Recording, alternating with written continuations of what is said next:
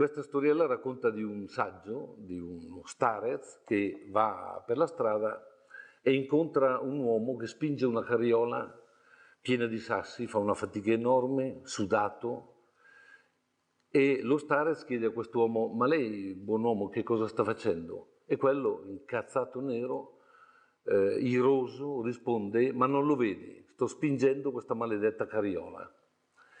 Lo starez va avanti e ne incontra un secondo che pure spinge una carriola piena di sassi, stessa fatica, stesso sudore, ma che con serenità risponde alla domanda: e lei, buon uomo, cosa sta facendo? Risponde: ma non lo vedi, sto procurandomi il pane per la mia donna e per i miei figli.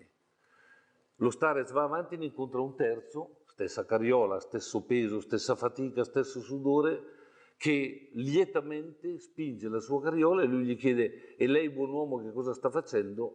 E questo risponde: ma non lo vedi, sto contribuendo a costruire la Chiesa di Dio. Ora, io ho cominciato a lavorare a 11 anni, l'estate della prima media, mio padre appunto ha perso il lavoro, eravamo in 10, il primo figlio, io sono il quarto.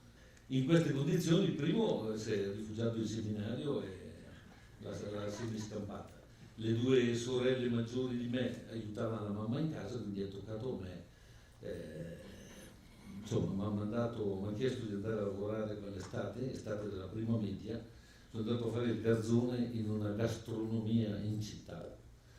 E vabbè, però non c'ero mai andato e mi sono ritrovato in esilio, da solo, senza amici, mentre gli amici andavano al mare e ai monti, ma io ricordo quell'esperienza con assoluto orgoglio, cioè ricordo di averla vissuta con l'orgoglio di uno che può dare una mano a suo padre.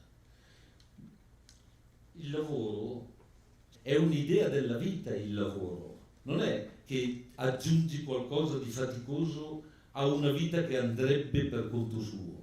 Se c'è una cosa che da quando sono venuto al mondo ho visto guardando mio padre e mia madre, è che la vita è lavoro.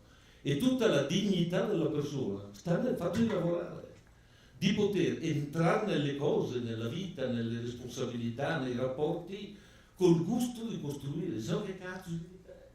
Quell'uomo è fatto così, ha bisogno di generare, ha bisogno di creare.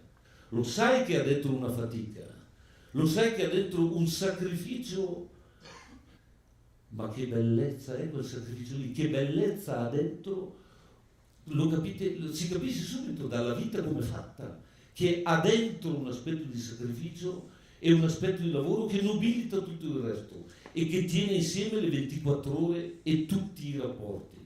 Se non si parte da qui è un casino, perché te una ragione vera per lavorare e per far fatica non ce l'hai.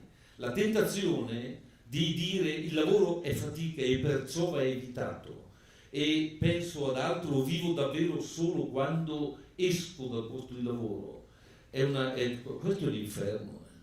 L'inferno è questa spaccatura per cui le 8 ore più importanti della giornata, quello dove tu hai a che fare con le cose, con la realtà, con la tua responsabilità di padre, con la pagnotta da portare a casa, che tutto questo sia sentito come una condanna, come una dannazione, come una non vita, per cui la vita comincerebbe quando timbri alle 6 della sera e te ne esci.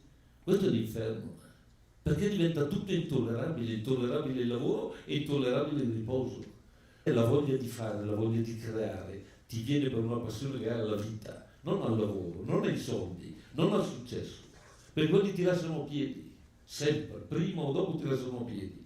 Ma se è per il gusto di vivere, per comunicare la vita, per generare, anche allora il successo e i soldi e l'azienda che va bene sono strumenti per cui lotti tutto il giorno, ma strumenti, non scopo.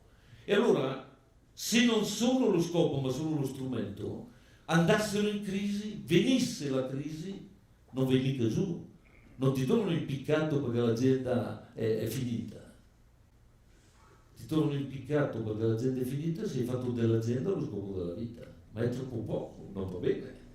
Se lavori perché bisogna campare e se campi perché bisogna lavorare, ma quanto durerai? Quanto durerai senza diventare un cinico o disperato o cattivo? È inevitabile. Ragazzi, siamo fatti per essere felici. L'unica cosa che tiene insieme la vita è che ci sia qualcosa verso cui almeno tendere, verso cui almeno camminare, qualcosa di grande. Che fai l'imprenditore, o fai l'operaio, o fai lo spazzino, o fai l'ammalato, qualsiasi lavoro faccia, c'è un modo di farlo che fa procedere sé e il mondo verso la felicità. Il mondo, per meno del mondo, l'uomo fa fatica, ma se la fatica è per il mondo, c'è un gusto, c'è una cosa grande da portare, ecco, c'è una generazione da vivere. Si può essere atei, miscredenti, laici, cattolici, poco importa, ma questa posizione, questo modo di stare al mondo e di affrontare la fatica a me sembra straordinario, cioè ci dice che c'è modo e modo di lavorare. Il lavoro, la fatica può essere sentito come una maledizione, mi tocca lavorare, può essere sentito come una necessità, devo mantenere la famiglia, può essere sentito come lo scopo della vita. Lo scopo della vita, cioè la ragione grande per cui mi alzo al mattino e vado a letto la sera, per cui faccio anche la fatica di tirare su una famiglia, di voler bene ai figli, di perdonare gli amici, insomma. C'è un modo di lavorare che risponde proprio al bisogno, credo, che è il bisogno dell'uomo, lavorare per qualcosa di grande. Lavorare, mi verrebbe da dire, lavorare per salvare il mondo, perché il mondo sia un po' più quel che deve essere, bello, buono, amico degli uomini, e perciò uno alla sera, profitto o non profitto, possa andare a letto dicendo ho contribuito, ho provato a contribuire a fare del mondo una cosa bella, dove i miei fratelli uomini, io per primo, e perciò mia moglie, la mia famiglia, i miei amici, ma i miei fratelli uomini possano star bene, possano essere contenti.